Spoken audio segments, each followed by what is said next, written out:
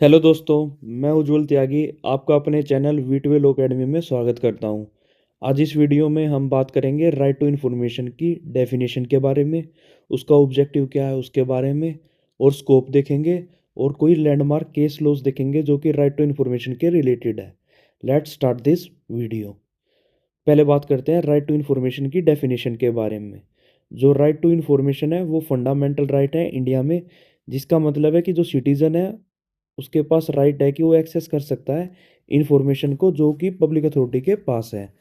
हमारा जो section 2J है आरटीआई एक्ट का, वो डील करता है राइट टू इन्फॉर्मेशन से, जिसमें लिखा हुआ है right to information means right to information accessible under this act, जो कि हेल्ड बाय और अंडर द कंट्रोल है किसके, पब्लिक अथॉरिटी के, और इंक्लूड करता है जैसे कि right to inspection of work, document and record, या फिर right to taking notes, extract और सर्टिफाइड कॉपीज ऑफ डॉक्यूमेंट और रिकॉर्ड्स। थर्ड है taking certified samples of materials. Fourth है obtaining information in electronic form, जैसे कि diskettes, floppies, tapes, video cassettes और in any other electronic mode, और through print out also where such information is stored in a computer और any other device. और जो हमारा RTI act है, ये जो हमारा राइट टू इन्फॉर्मेशन है, ये प्रमोट करता है ट्रांसपेरेंसी को, अकाउंटेबिलिटी को गवर्नमेंट ऑपरेशंस में, और एम्पावर करता है सिटीजन्स को, और हेल्प करता है टू कॉम्बैट दी करप्शन। इसके रिलेटेड लैंडमार्क केस लो है Rajnarayan versus state of UP 1976, जिसमें सुप्रीम कोर्ट ने बोला है जो राइट टू इन्फॉर्मेशन है वो फंडामेंटल राइट है under article 19(1)(a) of the Indian constitution, जो कि डील करता है freedom of speech and expression के रिलेटेड।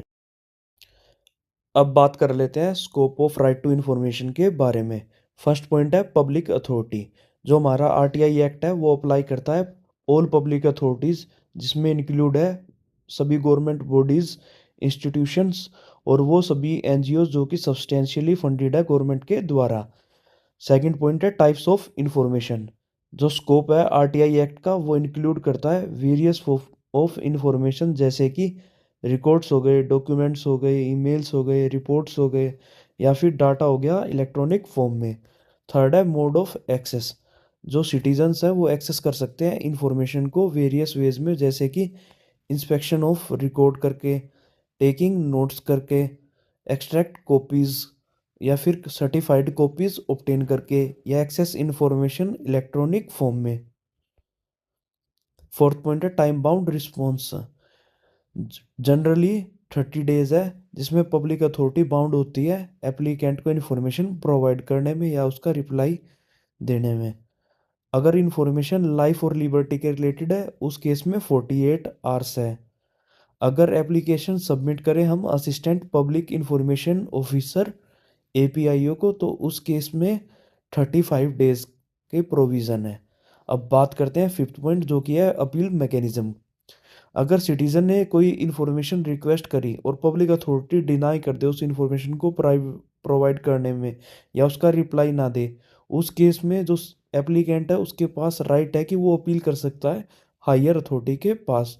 और जो हमारा आरटीआई एक्ट है ये प्रॉपर अपील सिस्टम भी प्रोवाइड करता है। सिक्स पॉइंट अब एग्जेम्पशन।